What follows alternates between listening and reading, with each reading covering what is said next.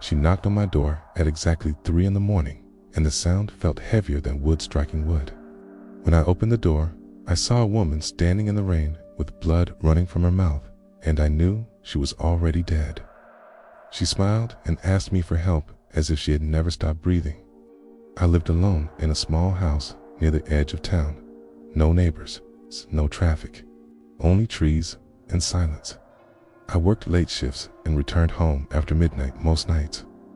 That night, the rain was relentless, pounding the roof like warning drums. When the knocking came, it felt wrong, too slow and deliberate to belong to a living person. She stood barefoot on the porch. Her dress was torn and soaked, clinging to her thin body. Her skin looked pale and stretched, like it had forgotten warmth. Her eyes did not blink. Blood slid from her lips in a steady stream, but she did not wipe it away. "Please help me," she said softly. "They are close." I should have closed the door. I should have screamed. Instead, I stepped aside. The moment she entered, the air inside the house turned cold.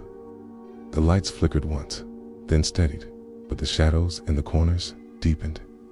Rainwater pooled at her feet, though her hair remained dry. I asked her what happened.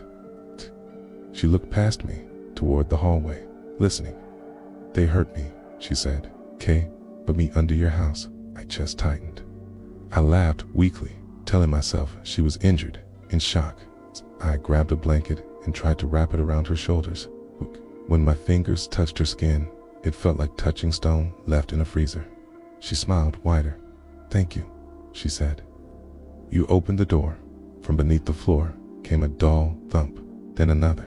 The sound echoed like something heavy striking earth from below. The floorboards creaked, bending slightly with each impact. I told her to stay still while I called for help.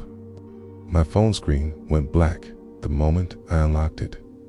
The lights snapped off at once, plunging the house into darkness lit only by faint moonlight through the windows. The woman turned toward the hallway. "This way," she said. I did not want to follow her. My legs moved anyway. Each step felt forced, as if invisible hands pushed me forward. The smell of damp soil and rot grew stronger with every step. The door to the back room was open. It had always been locked before. Inside, the floor had collapsed into a wide pit. Muddy earth lined the sides, slick with blood. Black and red snakes writhed inside, tangled together in thick coils. Their hissing filled the room, rising and falling like breathing. At the center of the pit lay broken bodies stacked carelessly, men and women. Some looked recent. Others were barely more than bones. Their faces were frozen in terror. The woman knelt at the edge. "This is where they put me," she said calmly. I screamed until my throat tore open. Her body began to change. Skin cracked and peeled away, revealing gray flesh beneath. Blood poured faster from her mouth, splashing into the pit below. Her eyes sank deeper into her skull. The snakes stirred violently. One rose higher than the rest. Its body was massive and black, slick with blood. Its head was not a snake head.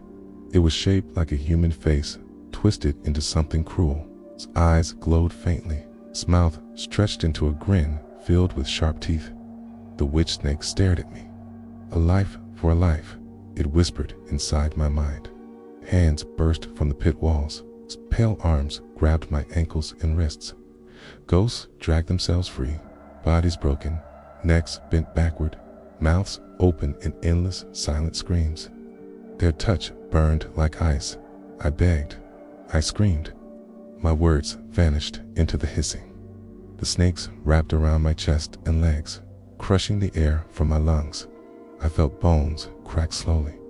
The witch snake leaned close, blood dripping from its mouth onto my face. "Help her," it said. "Take her place." The dead woman looked at me with something like relief.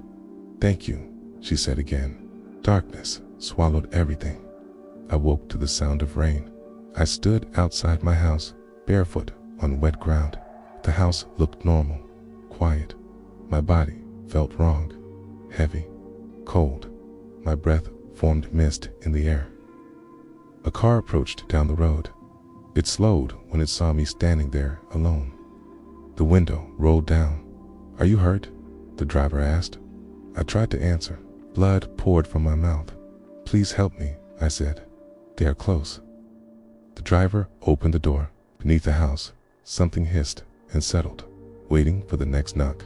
If you enjoyed the story, then don't forget to like and subscribe for more videos. Thanks for listening.